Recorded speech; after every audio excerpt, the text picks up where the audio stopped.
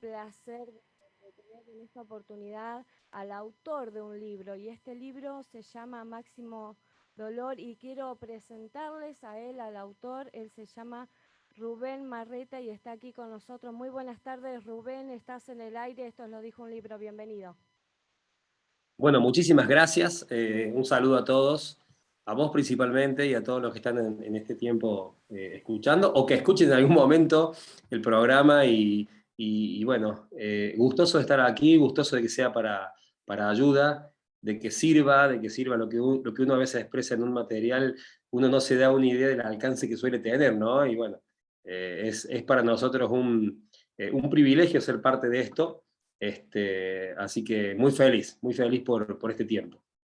Muchísimas gracias, Rubén. La verdad que leía tu libro, te escuchaba y me preguntaba por dónde arranco, ¿no? Por dónde empiezo a abordar este tema. Y bueno, eh, arranquemos contando tu historia, porque ¿qué es lo que querés dejar este libro? ¿Por qué lo escribiste? ¿Y para qué tenemos que empezar contando tu historia? No podemos de otra manera. Así que bueno, empezá por donde quieras a abordar este tema, a contar de tu historia. Mira, la voy a intentar hacer breve porque si entro en detalle vamos a estar mucho tiempo. Pero eh, yo primero y principal, me puse a escribir, no porque tenga muchas ganas de escribir, tengo que ser honesto con esto. Yo no quería escribir este material. Pero pasó algo a raíz de la historia que ya voy a contar, que fue que de alguna manera fui saliendo del duelo, fui saliendo del dolor, fui saliendo de esto, con mucha ayuda de parte de Dios, con mucha asistencia de parte de Él directamente a veces, y a veces a través de la gente. Y llegó un momento que recibí de parte de Dios una palabra muy fuerte, que era que no era justo que toda esta experiencia se quede en mí. Ajá, interesante. Entonces eso me chocó, ¿no? Porque digo, si estoy haciendo algo injusto ya no pasa por mi gusto o por mi capricho de querer o no hacer. Y ahí fue cuando comencé a escribir, porque entendía que tenía que dejar algún tipo de legado material, algo que sirva, algo que otra gente que estuviera en este tiempo de sufrimiento, de dolor, de esta cárcel que le llamo yo a lo que es la etapa del duelo, que tuviera una oportunidad de salir. Esto empieza a través de la pérdida, esto empieza a través del duelo que yo enfrento en dos momentos específicos de mi vida. Yo me caso a los 23 años, muy joven, con mi esposa, Jovencito, sí. y, sí, y a los 24 tuvimos nuestro primer hijo. Mi esposa Eli, a los 24 tuvimos nuestro primer hijo, Miqueas del año 97, ¿sí? Él nace, un gordo hermoso, espectacular, lleno de vida, lleno de salud. Al año de vida, el día que estábamos festejando su cumpleaños, él se siente mal, se descompone,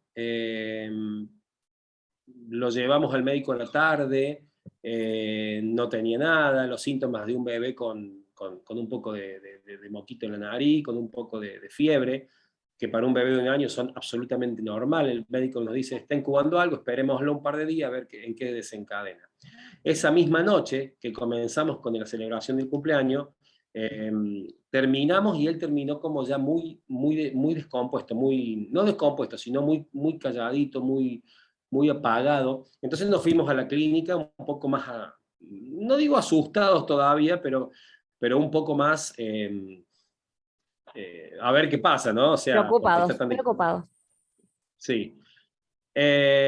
La historia es que desde la noche que lo llevamos a la clínica a las 10 de la mañana él había fallecido. Así. Entonces, por supuesto que la muerte es lo impactante, pero lo impactante es el momento, la situación, el escenario. Que fue una meningitis fulminante, que se desató en un día y así terminó. Entonces, claro, nosotros teníamos, como dije recién, 24 años, 23 años, mi esposa, éramos muy jóvenes, pero se acababa de ir lo que para nosotros era toda nuestra vida en ese momento. Claro, O sea, a esa edad y con un bebé de 1 año era el 100% de nuestra vida, era para él. claro, totalmente. Entonces pasamos de el escenario el escenario de los globos y las guirnaldas en el salón, que todavía no lo habíamos ni siquiera desarmado, a estar encabezando una caravana al cementerio. Entonces, eso fue un shock, de lo que yo hablo mucho en los grupos, un shock emocional que nos sumerge en ese estado de silencio, de no entender qué está pasando, de tratar de alguna manera de manipular esto para saber si es real o si estoy metido en una historia en donde en algún momento me va a caer un balde de agua fría y voy a reaccionar. Conmoción. Sí, sí, sí, no, yo defino así, el shock emocional es la instancia en la que vos no podés incorporar en tu pensamiento la realidad presente. O sea, nosotros tenemos una sincronización permanente entre el pensamiento y la realidad. O sea, yo sé que está en mis manos, pero las pienso todo el tiempo. Sé que está mi teléfono acá y lo pienso. Sé que tengo un vaso de agua acá y lo pienso. O sea, estoy frente a una computadora, la veo y la pienso. Ahora, cuando pienso en algo que es muy real para mí, como un hijo, y de repente no lo veo, ese momento, que a veces son segundos, minutos, horas o días o meses, porque un shock es no incorporar la realidad en tu pensamiento, en tu forma de ver las cosas desde la cabeza. Entonces, ese fue nuestro primer impacto. Nosotros seguimos transitando la vida, nos mudamos de casa, cambiamos un poco el escenario, éramos muy jóvenes, teníamos mucha fuerza, muchas ganas de avanzar. Entonces luego llega nuestra hija, Agustina, al año, y luego llega Luz a los 3 años, y en el año 2006, cuando Agustín tenía más o menos unos 5 años y Luz tenía 2, algo así, o 6 y 2, no me acuerdo, ahí llega nuestro cuarto hijo, que es Marco, nuestro hijo también varón. Y claro, la llegada de él, querramos o no, se volvió un poco especial, porque de alguna manera era como decir, bueno, ningún hijo ocupa el lugar de otro, los hijos son únicos, todos los que son padres acaban de entender que no existe el reemplazo, pero sí de alguna manera venía como volver a tener una experiencia con un hijo varón. Entonces era como pensar que la vida nos estaba dando una segunda oportunidad. Nada de esto es tan así, pero son esas ideas que uno tiene, ¿no? Decir, Sí, bueno, sí. Ideas volvió, válidas, totalmente claro, válidas. totalmente, totalmente válido. Entonces, bueno, comienza Marco su vida y nosotros felices y desarrollando la alegría de volver a tener una familia con los 3 hijos y todo eso. Y él vive 3 años y medio. A los 3 años y medio, volviendo de unas vacaciones, llegamos a casa muy entusiasmados porque empezamos un nuevo año de trabajo, año 2010, y más o menos a la semana de que habíamos vuelto de nuestras vacaciones, él empieza también con una fiebre, con un malestar. Lo llevamos al médico propio, estoy hablando de cosas muy normales, ¿no? Sí, La sí. cosa es que la madrugada del 10 de marzo, nos despertamos con él convulsionando. El susto, el escenario, no entendíamos nada, salimos corriendo al médico, ahí le empezaron a hacer estudios, análisis, a ver qué había pasado, qué estaba pasando, por qué convulsionaba, no tenía ninguna patología. Y bueno, y ahí se empieza a desencadenar una historia larga, o por lo menos para mí eterna, de 12 días, en donde él cada tanto convulsionaba, entonces los médicos se ven obligados a sumergirlo en un coma farmacológico. Al 7º día le hacen tomografía, le hacen análisis, nos dan todos los resultados y no pasaba nada, no tenía nada, no encontraban nada. No podían decir de qué se trataba lo que estaba pasando, no entendíamos tampoco nosotros, algo extraño. Bueno, esos pormenores no, son muchos, por eso no puedo hablar de todo, aparte no me acuerdo tampoco de tanto. La realidad es que el día número 12 me llaman por teléfono a la clínica y cuando voy me dan la noticia de que Marco había fallecido. Wow. Entonces en esa instancia, si el shock de Miquel había sido grande, el shock de Marco fue 10 veces más grande. Claro. Por un lado, porque volvíamos a enfrentar una escena horrible que ya habíamos vivido, habíamos superado.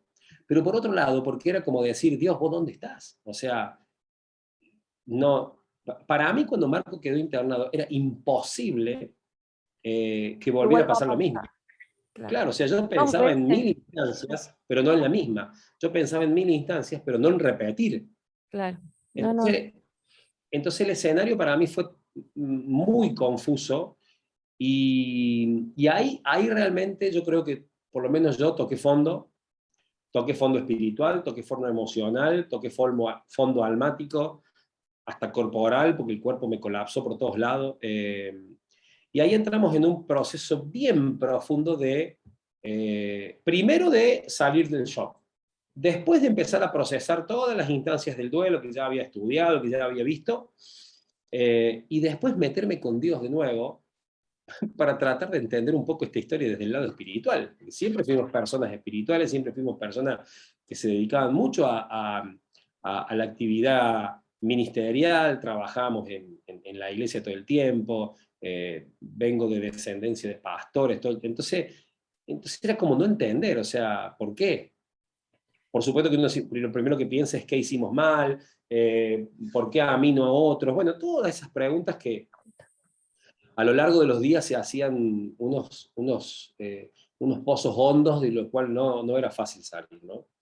te quería Eh, preguntar sí, sobre estos primeros pasos. Bueno, hablas de un shock inicial, pero bueno, en tu libro también describís cosas muy gráficas que pueden ayudar a entender también, ¿no? Cómo es volver a casa, porque al inicio, al toque no volvés a tu casa, porque es enfrentarte a una realidad. ¿Cómo es ese sí, proceso? ¿Qué fue lo primero que hicieron como familia, como matrimonio, después de pasar por eso? ¿Cómo es mm, esa etapa y cómo también uno debería, la persona que lo está viviendo, debería abordar, ¿no? La vuelta a casa, que no es un dato menor, o sea, es volver a tu casa donde están todas las cosas. Hay que volver, no volver, volver de a poco. ¿Cómo fue en tu caso tu proceso, tanto la primera, la segunda vez? ujú. Mira, nosotros la primera vez, eh, automáticamente luego del cementerio nos fuimos a la casa de mis suegros. Para que vos te des una idea, en ese momento nosotros no sé, éramos como dos entes. No teníamos mucha decisión, mucha determinación, nuestra cabeza todo el tiempo estaba pensando, qué fue esto, qué pasó, todo el tiempo, todo el tiempo, todo el tiempo. Entonces volvimos a casa de mis suegros y un grupo de amigos se encargó, es la primera vez que estoy hablando, se encargó de ir a la casa, sacar las cosas, sacar los juguetes, la ropa, restaurar paredes, pintar, bueno. La segunda vez, como nosotros habíamos procesado el duelo de la primera vez, la segunda vez yo quise hacer eso yo, porque sabía que me tenía que enfrentar a ese dolor máximo de ver lo que había sido la última realidad de mi hijo en vida. Entonces nosotros, ahora yo no digo que esto es lo que hay que hacer, esto es lo que yo hice, Claro, ¿sí? sí, sí, Ahora voy es a tu explicar un poco experiencia. más. Sí. Entonces lo que yo hice fue ir a la casa al segundo día, después que había fallecido, y me encargué, por supuesto que vinieron muchísimos amigos a ayudarnos, éramos como 10 matrimonios, y me encargué de limpiar todo, de sacar los juguetes, de sacar las pelotas. O sea, era entrar a la casa y era entrar a un escenario intacto, Claro, intacto. O sea, sí, hace de cuenta que salimos a las 5 de la mañana un día y a los 12 días yo volví con todo el proceso posterior. O sea que había juguetes por todos lados, había, no sé, entrabas al baño y estaba su toallita del hombre araña colgada, entrabas a una pieza y estaban las pelotas de fútbol, o sea, estaba intacto. ¿Por qué yo digo de hacer esto? Porque yo tengo una frase en el libro que uso mucho y que la uso luego en los tratamientos que encaro con la gente y todo. Para mí la mejor forma de atravesar el dolor es por el centro del dolor. El dolor no se puede esquivar, no se puede acomodar a más tarde, porque ahí pasa algo muy interesante. Todo lo que vos postergues del duelo, escucha esta frase, sí, sí. todo lo que vos postergues del duelo, en algún momento te lo enfrentas. Entonces, si te lo vas a enfrentar, que sea hoy. ¿Y En el por momento. qué? porque hoy estás en medio del dolor. O sea, hoy estás llorando todo el día, estás angustiado todo el día, ¿qué más querés que en este momento pase lo peor? O sea, pase el peor momento, no lo peor, digo, que pase el peor momento. Entonces esa era mi sensación. Yo quería que el trago más amargo pase ahora, porque no quería de acá a un mes sentirme un poquito mejor y que esto me vuelva a hundir. O sea, más fondo de lo que tengo, que no puedo tocar. Entonces prefiero llorar todo lo más duro ahora y no dejarla pasar. Por ejemplo, a mí yo estoy trabajando con mucha gente y ayer me hacía una pregunta una mujer en un grupo y me decía, una mujer que me perdió el marido y me decía que estaba intacta su habitación y habían pasado 4 meses. Entonces yo le decía, lo mejor hubiera, yo pensaba, no le dije esto porque Sí, estoy sí, tratando sí. de ayudarlo, ¿no? Yo pensaba, lo mejor hubiera sido que en la primera semana ella vaciara la habitación, porque hoy, a 4 meses, ya no tendría que hacer eso. Claro. Entonces hoy que la persona empezó a respirar un poquito más, que empezó a salir a la calle, que empezó, está triste, llora, pero por ahí ya tiene sus hijos, se ríe, habla con alguien. Pero hoy, en medio de ese momento de volver a respirar, tiene que caer al A fondo de ver, nuevo a limpiar una habitación que está intacta. Por eso yo entiendo que se atraviesa por el centro del dolor. Claro, no todos tienen los recursos para hacer esto, recursos emocionales, recursos psíquicos, recursos relacionales, o sea, hay un montón de recursos que se ponen a disposición. Pero bueno, nuestra forma fue esa y eso lo resolvimos, digamos, medio rápido. ¿y vos tuviste esos recursos, o sea, la familia, los amigos, guías espirituales, como le quieras llamar? ¿Tuviste esos recursos? ¿Qué tan valioso es que esas personas estén y no huyan ellos mismos de ese dolor de verte así? Que bueno, es algo que vamos a ver más adelante. Quisiera que abordemos el tema de cómo tienen que actuar los de alrededor, pero en tu Bien. caso, ¿fue valioso que estén ahí? Ellos aguantando también su propio dolor, pero sosteniéndote. Sí, yo digo esto siempre. Todos los recursos en la elaboración del duelo son valiosos. Y cuando digo recursos, digo los amigos, ¿sí? La familia, eh, los recursos cognitivos, o sea, lo que vos puedas haber tenido en tu mente de saber cómo se hace o de animarte a preguntar y encarar, cognitivo. Los recursos psíquicos, o sea, si esto le pasa a alguien que está psíquicamente sano, no es lo mismo que le pase a alguien que está con alguna alteración en su psiquis y que está teniendo algún tipo de trastorno. Los recursos económicos, o sea, el recurso económico, nos guste o no, siempre ayuda, ya sea para qué sé yo, para salir a pasear, a cenar, o para pagar algún curso, alguna terapia, algún trabajo. O sea, siempre el recurso económico va a estar a disposición de ayudar. Nosotros tuvimos, gracias a Dios, todos los recursos. No tuvimos problema. Y sobre todo tuvimos los más valiosos, que son los recursos relacionales, que son los que más, no te quiero hablar del otro tema si me lo va a preguntar más adelante, pero los recursos relacionales son los que más ayudan, porque son los que más contienen, sostienen. Y están ahí en ese momento. Bueno, desde ahora llegás a tu casa con tu familia, empezás y entrás, ¿no? En ese proceso de duelo, en ese duelo que decís vos que hay que atravesarlo porque no es una buena idea esquivarlo, no es una buena idea. Pero ¿en qué lugar entra, no, la negación? Que también es parte del proceso de decir esto no me está pasando, no, esto no es real, no me está pasando a mí. Esta realidad va a cambiar, va a resucitar o me lo van a traer, se lo llevaron. ¿Cómo fue eso que lo contás en el libro? Que son detalles que no son menores. ¿Cuáles eran esos pensamientos que te llevaban a la negación? Bueno, lo primero, la negación, yo siempre digo que en todos los libros de psicología, yo he leído varios, la negación aparece como el primer proceso de 3. Yo siempre digo que antes de la negación está el shock emocional, porque nadie lo habla, pero el shock emocional a veces hay gente que tarda mucho tiempo en salir del shock emocional, que no incorpora la idea de la ausencia. Claro. Entonces la negación viene automáticamente cuando pasa el shock emocional, o sea, cuando vos como que decías, sí, che, esto es real. ¿Por qué viene la negación? tenemos que entender que la negación en la primera instancia no es un problema. La negación es lo que te ayuda a ser funcional. O sea, ¿Cómo es esto? vos todavía tenés que hablar con gente, tenés que resolver cosas del trabajo, tenés que resolver algún tema con el auto, o cargar nafta, o lo que sea, o comprar comida. Entonces hay momentos que en tu cabeza no está la realidad de la ausencia. ¿Sí? Sí, ¿Por sí. qué? Porque es como que tu cabeza evita esa realidad para tratar de resolver otras, que son más urgentes o que son domésticas. Bien, entonces lo primero es que la negación no es un problema al principio. Te ayuda a ser funcional, te ayuda a salir con trámites, a salir por lo menos de ese shock emocional. Ahora, una vez que saliste del shock, si la negación se prolonga, ahí ya entras en un círculo de duelo porque no vas a elaborar nunca. ¿Qué es la negación? La negación es cuando voluntariamente cambias de canal mental. O sea, te vienen pensamientos de lo que acabas de perder, pero pones tu cabeza en otro lugar. Y de esa manera vas funcionando. Siempre con la idea de que eso que acabas de cambiar de canal no pasó.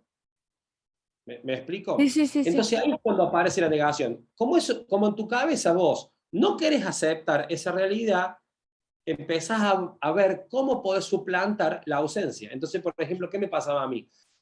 Yo sabía que era real esto, pero Sí. había instancias en que yo empezaba desesperadamente a buscar a mi hijo por todos lados.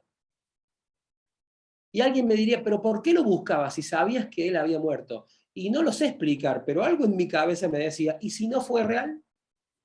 ¿Y si resucitó en el cementerio y lo encontró alguien caminando o un sepulturero escuchó golpe? O sea, no sé, toda la fantasía en este momento son posibles. ¿Por Claro. qué? Porque es tan grande la expectativa de que pueda haber pasado algo diferente que vos la creás. Esto es como el que te dice, che, hay un 1% de posibilidad de que esto sea real, o sea, de que esté vivo. Y vos decís, ¿un 1%? Es un Listo, para montón. mí ese 1% pasó a ser el 100%, entonces lo busco por todos lados. Claro. Sí, Eso hablas, hace tu cabeza. sí, sí, hablas en el libro, das un detalle, perdón que te, a lo mejor te lleve, pero para entenderlo práctico, porque a mi mente se venía, me lo podía figurar, ¿no? Que en un momento viste niños jugando y de espalda parecía que era, ¿no? Y como que vos te acercaste con esa esperanza de que fuera. A mí ahí, bueno, ahí se me lo la sangre, los que tenemos hijos, y bueno, los que tenemos hijos están escuchando este programa, o sobrinos, alguien se nos hiela la sangre de pensar eso. O sea, vos cuando te acercabas que había esos niños jugando, ¿tenías la esperanza de que fuera tu hijo? Claro, yo por ejemplo, yo trabajaba empecé a trabajar ahí en esos días en una empresa que me llamaron y me hicieron un favor muy grande para ayudarme. Y yo salía, me acuerdo, a las 5 de la tarde de esa empresa, y yo, en vez de ir por un camino que es ruta, yo elegía ir por un camino que es barrio. ¿Por qué? Y porque en mi cabeza todavía estaba la posibilidad de que en algún lado lo encuentre. Claro. O sea, vos me podés decir es remoto, pero para un padre que perdió su segundo hijo, o sea, no va a aceptar eso tan fácilmente. Entonces le vas a buscar la vuelta mental para que eso no haya pasado. Entonces, ¿qué pasaba? Miraba por todos lados en los barrios, y me pasó una vez específica que vi unos niños jugando a la pelota, y mi hijo tenía características muy especiales, era rubiecito, pelito largo. ¿Y qué? ¿Para qué cuando vi un niño parecido de espalda? Yo me bajé del auto y me fui como diciendo, quiero ¿Qué verte la quieres? cara. Claro. Y claro, cuando le vi la cara, es como que dije, cierto que esto pasó. O sea, es como volver en sí. Eso es un extremo de la negación.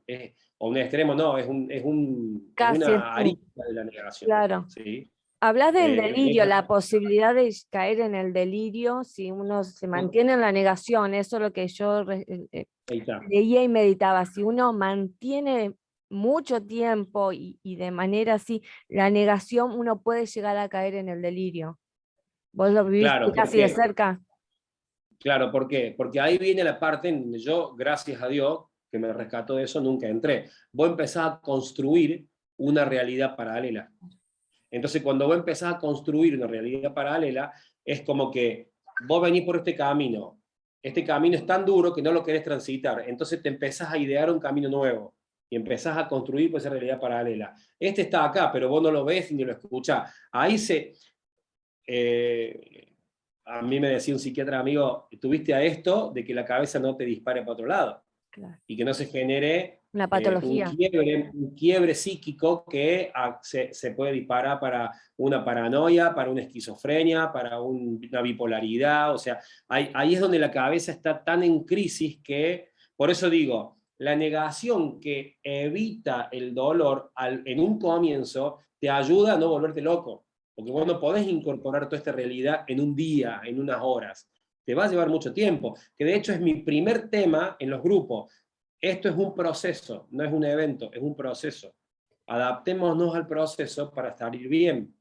Quien quiere vivir un duelo como un evento, lo va a vivir toda su vida, porque no va a salir como un evento, porque no existe la forma de salir un duelo como un evento. O sea, ¿a qué le llamo evento? Prendo la luz, apago la luz, instantáneo, aplaudo. O sea, no es un evento, empezó y terminó, ya está. No, es un proceso largo.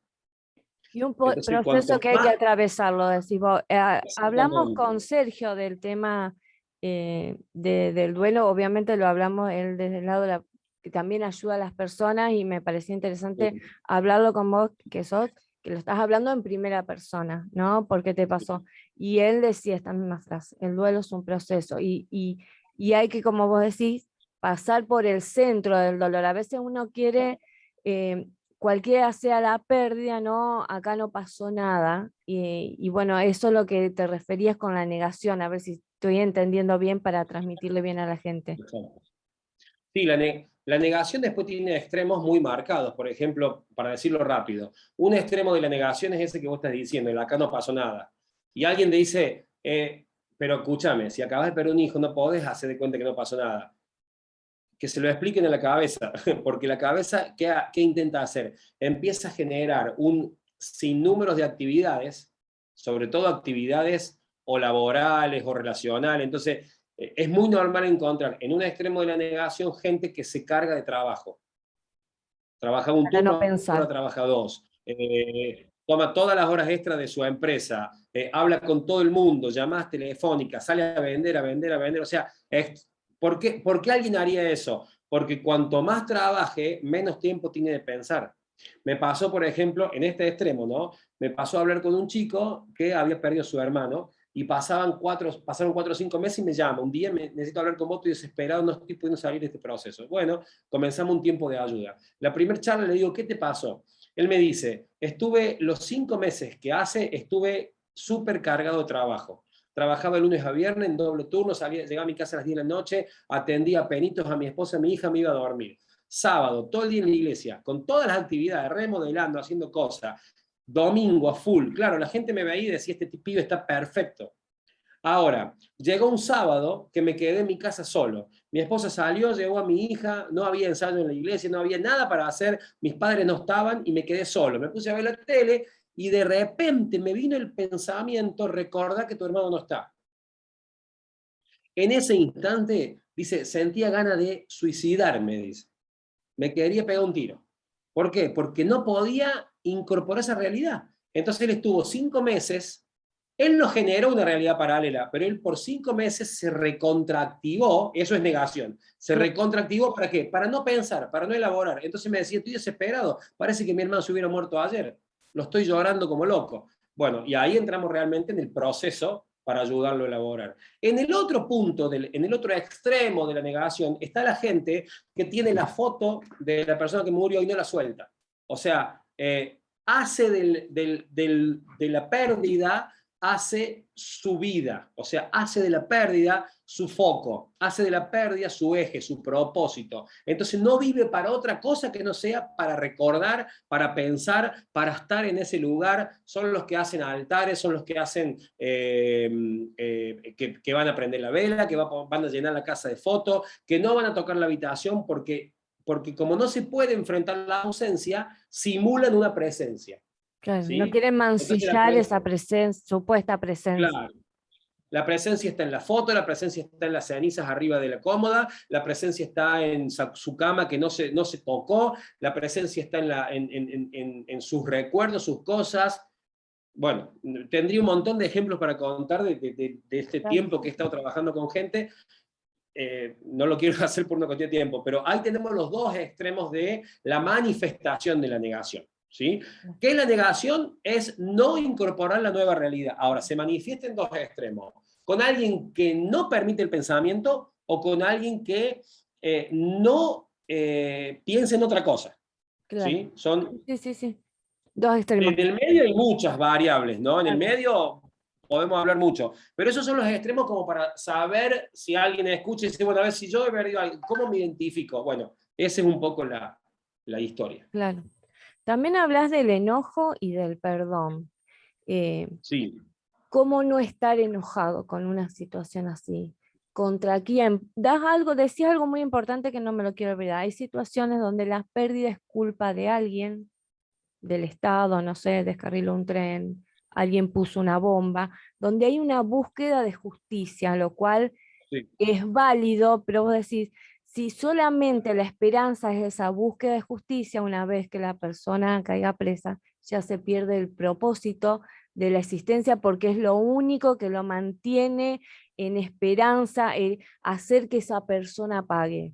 Eh, si bien vos decís que es válido, no soluciona el tema, que uno debería poder expresar su enojo, salir de la negación y abordar, como decimos, el duelo y pasarlo por el centro. Claro, porque mira, el primer punto que hay que entender es qué es justicia. O sea, cuando alguien tiene una pérdida, lo primero que hace es buscar justicia, y está bien, es algo natural, o sea, Sí, sí. quiero justicia. Ahora, ¿qué es justicia? Justicia es equidad, y equidad tiene un significado muy, muy distorsionado al que la gente cree o al que muchas veces nos han hecho creer. Equidad o justicia es que cada quien tenga lo que le corresponda. Eso es justicia. ¿Para quién? Para cada quien lo que le corresponda. No tiene nada que ver con la justicia, por ejemplo, de la diosa griega con los ojos vendados y con las dos balancitas en la mano. Eso no es justicia. Justicia no es equilibrio, ¿sí? Te lo digo de una forma muy fácil. Tenés una hija de 15 años y una de 2, y querés ser justa con las dos. A la hija de 15 años vos le vas a dar lo que ella necesita, y a la de 2 le vas a dar lo que necesita. No le vas a dar leche a la de 15 y le vas a dar a la de 2, qué sé yo, un auto o una bici para salir a pasear. No es equilibrio, es cada quien. Bueno, entonces, cuando alguien sufre un trauma, la pregunta es, ¿cómo se hace justicia? La justicia se hace devolviéndole a esa persona lo que la persona perdió o lo que se le robó. Acá es donde viene el problema. Mm. Me robaron 1.000 pesos, exijo justicia, la reclamo, hablo con la persona que me robó o como quien sea y me los devuelven. En el momento que me los devuelven se acaba mi ira. Claro. ¿Por qué? Porque ya hubo una resolución, o sea, si sigo enojado, bueno, tendría que educar mis emociones, pero ya no hay motivo de enojo porque se me restituyó, Mm. ¿sí? Sí, Le sí. presté la manguera para regar a un vecino, me la tuvo un mes, me enojé, hablé con él, estoy medio enojado, lo hablo con él, me la devuelve. No sigo muy enojado porque ya tengo lo que quería. A lo sumo no se la prestaré de nuevo si considero que no es una persona que la cuide, pero me explico, o sea, Sí, sí, cuando vos sí. recibís lo que perdiste, se te acaba el enojo, o por lo menos ya no podés reclamar más justicia. Ahora, el punto está cuando la devolución es imposible. Entonces, en este escenario, vos te encontrás con madres que han perdido hijos porque los han matado, vos te encontrás con hombres y mujeres que han sido violados y ultrajados de niño, vos te encontrás con situaciones en donde la restitución es imposible. ¿Por qué? Porque no existe. Entonces ahí es donde yo digo, exigimos justicia por el asesino, por el violador, por el que mató, el que robó, el que ultrajó. Ok. Supongamos que esa persona la meten presa.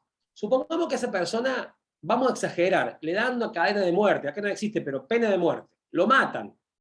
La pregunta es esta, ¿cómo te sentís después de eso? Mucha gente dice, no, bien, bien. Es un engaño que te sentís bien, porque con Claro. vos no se hizo justicia, se hizo justicia con el asesino, o con el agresor, con el ladrón. Para él sí fue justo ir a la cárcel, para él sí fue justo, no sé, que lo maten, supongamos, estamos imaginando, no Sí, sí. estoy haciendo ni apología de la Del pena de delito. muerte, nada que No, ver, pero más estoy vale. imaginando.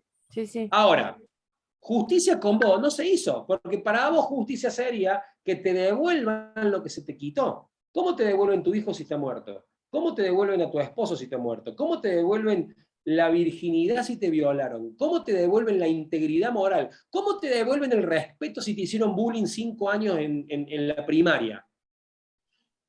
Cuando enfrentas situaciones que no tienen devolución, la única alternativa, y es una posibilidad, porque vos podés decir no quiero, ok, pero seguís con el sentimiento de injusticia. La única posibilidad que te retorna a vos a un equilibrio emocional y espiritual es aplicar el perdón. El perdón es el recurso por excelencia para que tu estado emocional y espiritual vuelva a la paz, vuelva a la calma, vuelva a la tranquilidad, para que vuelva a tener justicia. El perdón es como un recurso psíquico que te devuelve la sensación de justicia. Porque si vos perdonas al agresor, ya no hay reclamo. Entonces ahora ya cada quien tiene lo que le corresponde. ¿Por qué vos tenés lo que le corresponde? Porque soltaste tu reclamo de hacer justicia. Exacto. Casualmente, perdón, es eso, es soltar el derecho de hacer justicia. Pues decías en Alguien el puede libro que es la decir, mejor opción. claro, eso es lo que yo digo. Alguien puede decir, no, pero esto es muy difícil, es imposible. No tengo duda, es muy difícil, no digo imposible, es muy difícil, pero es la opción más sana para tu salud psíquica. Yo he conocido gente que ha estado 20, 30 años reclamando justicia. Y mi pregunta es esta. ¿Era el diseño para tu vida que invirtieras 30 años de tu esfuerzo psíquico, mental, económico, para que se haga justicia con un agresor? Claro. Perdió su Ahí vida, queda, perdió su vida. ahí queda la incógnita. Yo en 20, Sí, 30 años sí. hago muchas más cosas que enfrascarme en un reclamo. Claro, exactamente. Bueno, con respecto a, la verdad que es muy útil y muy bueno lo que decís porque también abordamos otros temas que a través del tema del duelo vamos tocando otros temas que Claro. nos sirven, que el perdón, aunque no hayamos perdido a una persona, nos sirve. Siempre hablar de perdón es bueno, es sano, es necesario. Hablas también de una espiral. Sí, Hablamos de duelo, pero hablas de una espiral y das como dos ejemplos, una espiral que te lleva a salir y otra sí. espiral más peligrosa que como que volvemos de nuevo al El centro. círculo, Si lo sí. podrías abordar un poquito. Sí, lo explico rápidamente. A ver, estos temas para mí son temas muy amplios que a veces tardo meses con la gente explicándolo porque los aplicamos a su vida, ¿no? Claro, sí, Eh, sí. pero lo titulo así, mira. Vos tenés en el centro mira, tengo la imagen acá porque tengo el libro. Si se alcanza a ver, yo te lo voy a decir con la imagen porque va a ser más fácil. Sí, sí, le vamos Mira. contando a la gente que está escuchando por la radio. Ah, buenísimo. Mira, Nosotros estamos en vos Zoom y acá le tenés, cuento a la gente. claro, bueno, a la gente que está viendo y la otra que genere su imaginación. Vos acá tenés una espiral. Sí, sí, En el centro de la espiral vos tenés el trauma. En el centro del espiral vos vas a tener el dolor por el trauma. El accidente, la muerte, el robo, lo que quieras poner, ¿no? Vamos a hacerlo más grande. La pérdida de trabajo, el abandono de un novio, te echaron de tu casa tus padres, no sé, hay un montón de cosas. Yo siempre hago referencia en las charlas que doy abierta, en que duelo no es muerte, duelo es todo lo que necesite una elaboración emocional. claro. ¿Sí? Hay muchísimas cosas que no se elaboran y nos atan. Entonces necesitamos elaborar, necesitamos procesos para elaborar. Bueno, entonces vos tenés aquel trauma en Sí, el centro. Comienza la espiral y cada trayecto de la espiral se podríamos decir que es la vida, ¿sí? Empieza el año, empieza el primer día, el primer mes, el primer año, empieza a girar la rueda. Si vos haces una elaboración correcta, vas a estar caminando en espiral. Esto quiere decir que cada día que pase vas a estar más lejos del centro del dolor y tus vueltas de angustia, de tristeza y de dolor van a ser cada vez más lejanas, porque para te vas afuera, alejando. para afuera, ¿Mm? claro. En una espiral vos te caes de alejar, y llega un momento que estás re lejos, y llega un momento que ya no elaboras más. ¿Por qué? Porque ya te mezclaste en la vida, o sea, ya está. No voy a alcanzar a explicar cómo funciona la cabeza en esto, pero Eso es elaborar. Elaborar es el tiempo que te lleva a adaptarte a las nuevas realidades. Realidad en tu casa, realidad en tus ambientes. Hay dos medidas, hay dos unidades de medidas. Esto es una teoría mía, ¿no? Vos decís, lo quiero buscar en un libro, no lo vas a encontrar porque lo pensé yo en función de mi testimonio. Es lo Hay que vos dos viviste, realidades, sí, sí. claro, hay dos unidades de medida que yo he descubierto como las más fuertes para la elaboración. Una unidad es el tiempo y la segunda unidad son los lugares, los ambientes. Vos elaborás tiempo y elaborás lugares. ¿Por qué tiempo? Porque las fechas y los tiempos son muy crueles para el recuerdo. Vos perdiste a alguien, qué sé yo, en enero. Cuando llegue el día, cuando llegue, no sé, marzo, comiencen las clases, vos te vas a acordar por algo. Cuando llegue el Día del Padre, te va a acordar. Día de la Madre, te va a acordar. Día del Niño, te va a acordar. Septiembre, Día de la Primavera, por lo que sea, en las fechas, en los eventos, siempre tendés a tener cierta relación con la ausencia, con lo que no tenés. Sí, sí. Por supuesto que si es un padre, el Día del Padre va a ser el peor día. Si el Día de la Madre es la madre, si el niño y es un niño. Después tenés Navidad, tenés Año Nuevo, o sea, tenés fiestas, tenés eventos, tenés cosas que se repiten todos los años de manera rutinaria, que cuando vos no tenés ninguna pérdida, las vivís sin trauma, pero cuando tenés algún tipo de pérdida, las empezás a relacionar a todas con la última vez él estaba acá, la última vez vino, la última vez lo tenía UPA, la última vez, ¿me entendés? O sea, Sí, sí. entonces eso es tiempo. El tiempo en eso es cruel y tenemos que hacer una correcta elaboración para que no nos venga con mucho peso y para que podamos ir sanamente desarrollándolo en forma de espiral. Claro. El otro que te dije son los ambientes. Los lugares también se elaboran. La pieza, la cocina, la plaza, qué sé yo, la canchita de fútbol. Supongamos que estemos hablando de un noviazgo. Me dejó mi novia después de 5 años. Por 5 años tomábamos mate en una plaza. Hoy paso por la plaza y me desarmo en llanto, entonces no paso nunca más. ¿Te das cuenta? Hay que hacer una elaboración con un lugar. O sea, esos dos temas van a ser fundamentales en la elaboración. Y durante todo este proceso de espiral, vos vas a ir teniendo la oportunidad de ir elaborando ambientes y tiempos, ambientes y tiempos. La otra alternativa, yo te decía, la que no aconsejo, es cuando empezás a caminar en círculo. Cuando alguien camina en círculo, cuando no quiere elaborar.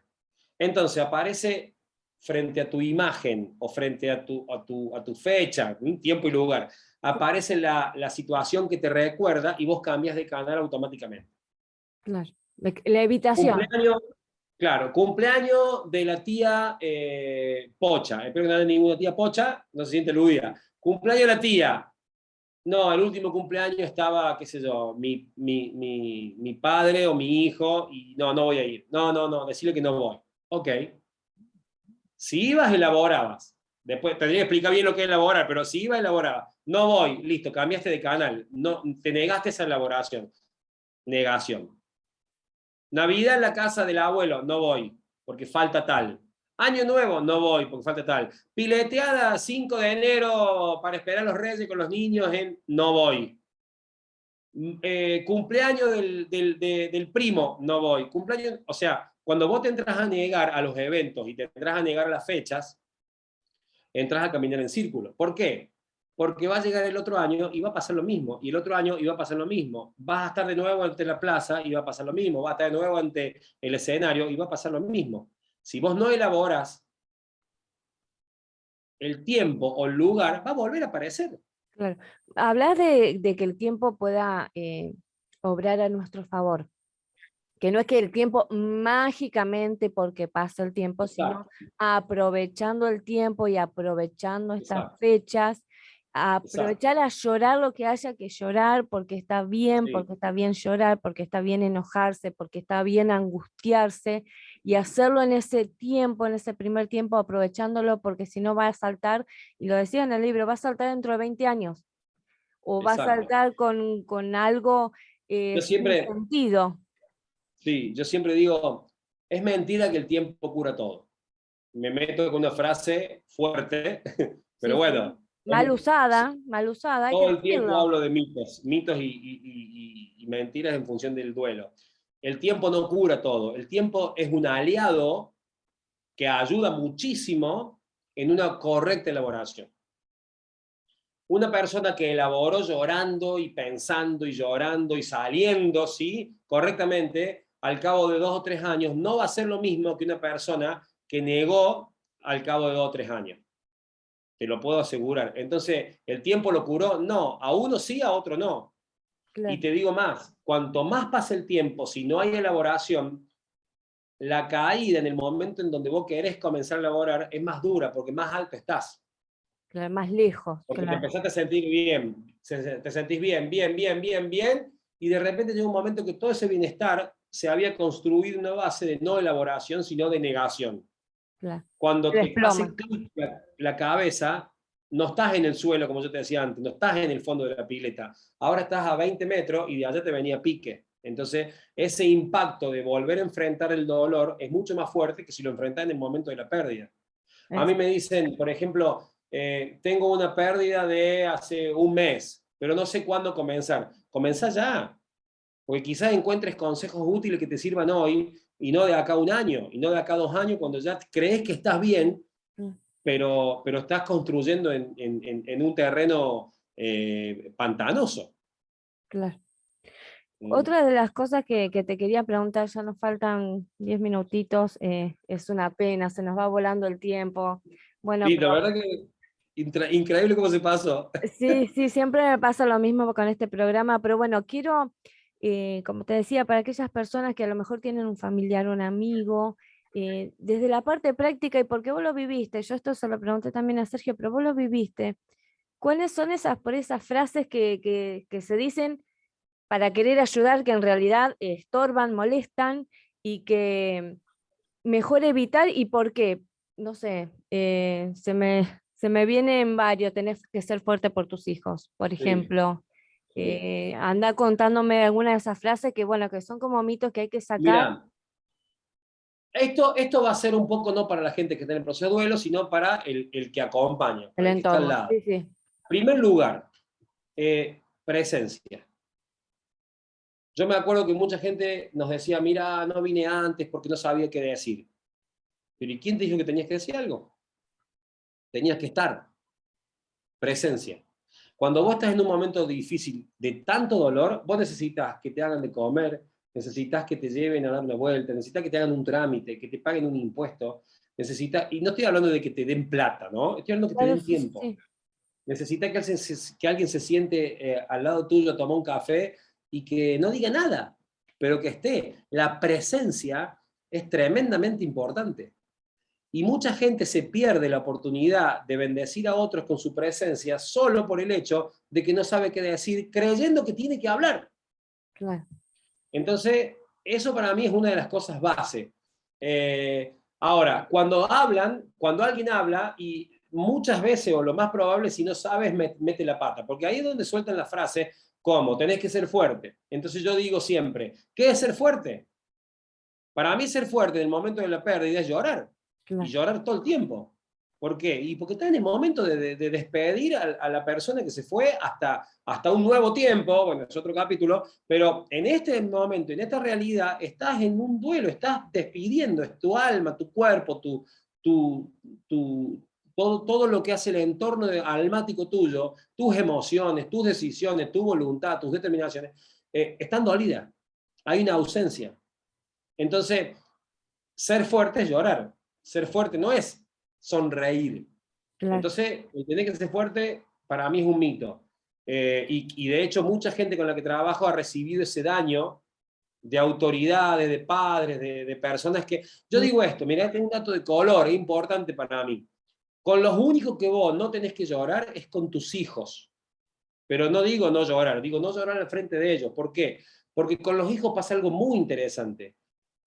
Cuando vos manifestás el dolor delante de tus hijos, los pones a él, sobre todo cuando son chiquitos, ¿no? Si sí, son sí, grandes, 30, 40 años, bueno, que te acompañen en esto. claro, Pero si son pequeños, hasta los 10 años, hasta los 15 años, vos expones tu dolor y el hijo todavía no tiene la madurez para entender tu momento. claro. Esto me lo explicó una psicóloga y me pareció muy importante porque yo lo tomé. El hijo, cuando ve mal al padre, cuando ve sufrir al padre, se siente culpable, el hijo se siente culpable y se siente responsable de que el padre esté bien. Eso es algo que está innato en el hijo como tratar de ayudarlo, ¿me Claro, entendés? Entonces obligás a tus hijos a que se pongan en la actitud de payaso, haciendo chistes, para que vos te sientas bien. Cuando tendría que ser al revés, vos tendrías que abastecerlo a ellos del bienestar emocional. Entonces, ante los únicos que yo recomiendo no manifestar el dolor, es ante los hijos. Por supuesto que puede manifestar la tristeza, la quietud, el silencio, pero no ponerte a llorar y hacerlos a ellos partícipes de algo que no pueden contener con su edad. Pero fuera de los hijos pequeños, en el resto, claro. yo creo que no hay que ser fuerte desde el concepto mundo y que hay que saber llorar y que el que está al lado mío se banque ese momento porque yo estoy atravesando este tiempo.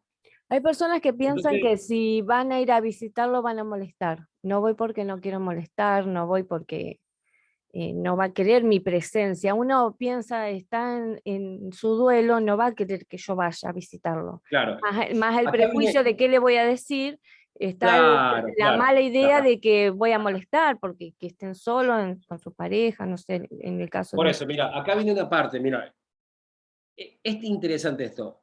Suponte que alguien dice, yo no voy porque si voy vamos a hablar del tema y se va a poner mal. Yo he escuchado eso. Si la persona está mal, es por lo que vivió, No porque yo vaya. no porque alguien venga a hablarle del tema. Si alguien viene a hablarle del tema, lo único que va a hacer es sacar a la luz lo que está pasando internamente. ¿Sabes qué pasa? Que muchas veces, perdón, la gente no quiere ser parte de ese dolor. O sea, la realidad de eso es, yo no voy porque no tengo ganas de llorar yo. Claro. No tengo ganas de soportar a alguien llorando al frente mío. Me va Hay a un angustiar, me va a meter egoísmo en su como mundo. Y sí, tal me vez va a no angustiar, reconocido. claro, me va a meter en su mundo, voy a tener que quedarme serio y yo quiero divertirme. Eso es más real que no voy porque te dejo solo.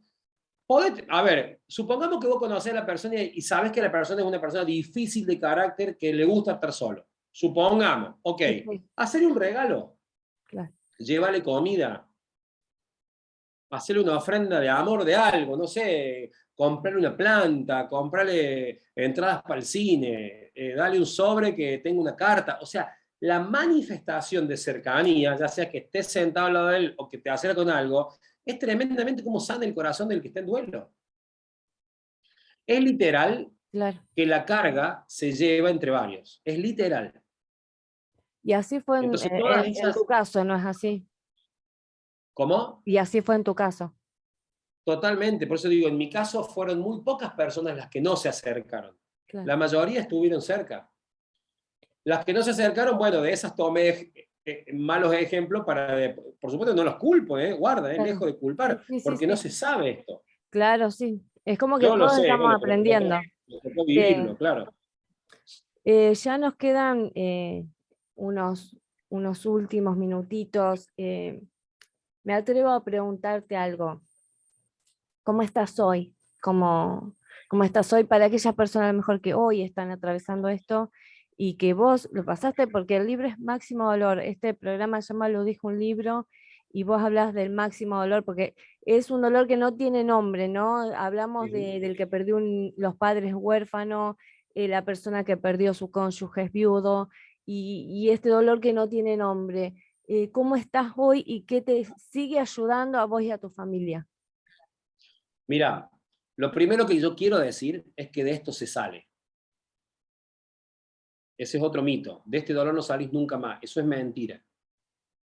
Hay gente que no quiere salir, la respeto.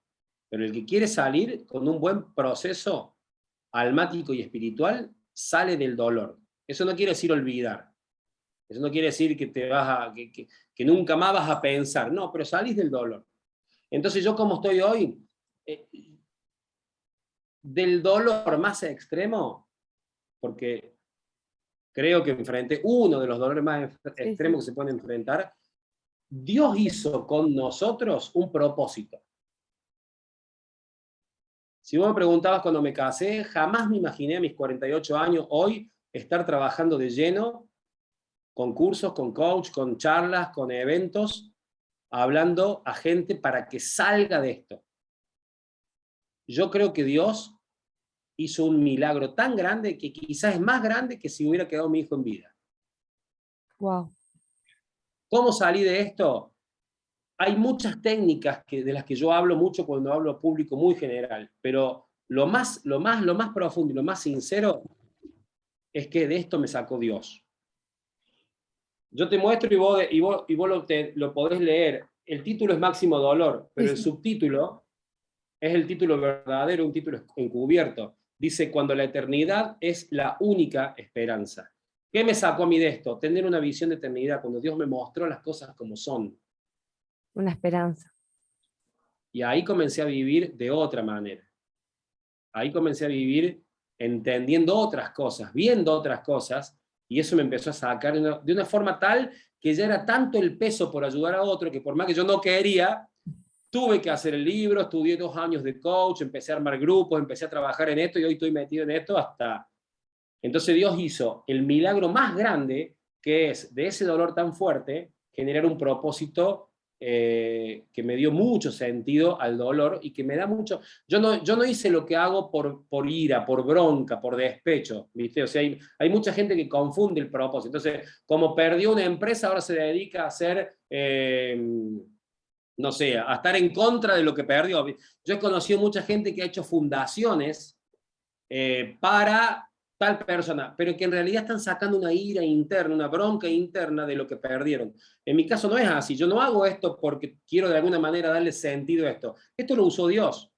Porque si vos me preguntabas a mí, yo no quería hacer esto. Yo no quería escribir, no quería estudiar, no quería hacer nada. Yo solamente quería sentirme un poco mejor de mi dolor. Y Dios hizo que me sintiera mejor dándole sentido a todo esto a través de la visión que Él me dio de todo esto. Así es. Por eso escribí este libro, por eso estoy a punto de sacar otro libro que va a tratar del dolor después del trauma, como para explicar mucho más. Y bueno, y por eso estoy metido en este tiempo de restaurar gente. La verdad que, bueno, Rubén, no me queda otra cosa más que agradecerte, felicitarte, mandarles mucho cariño a vos, a tu familia, que vos sos Gracias. la cara visible, pero bueno, ellos son los que son los participantes, Totalmente. también los protagonistas. Les invitamos a la gente, bueno, a que lean el libro, a que, bueno, te conecten por las redes sociales, estás dando charlas, estás diciendo todo lo que se quieran acercar. Y que quieran saber más de este tema, que se puedan comunicar con vos, ¿es así? Totalmente. El jueves que viene estamos dando una charla totalmente gratuita, va a ser por Zoom, la estoy promocionando por las 2 redes que uso, que son Facebook y Instagram, y ahí tienen el link directo para, me consiguen en Facebook como Rubén Barreta, y ahí tienen el link directo para entrar al grupo de WhatsApp en el que van a recibir el link de Zoom.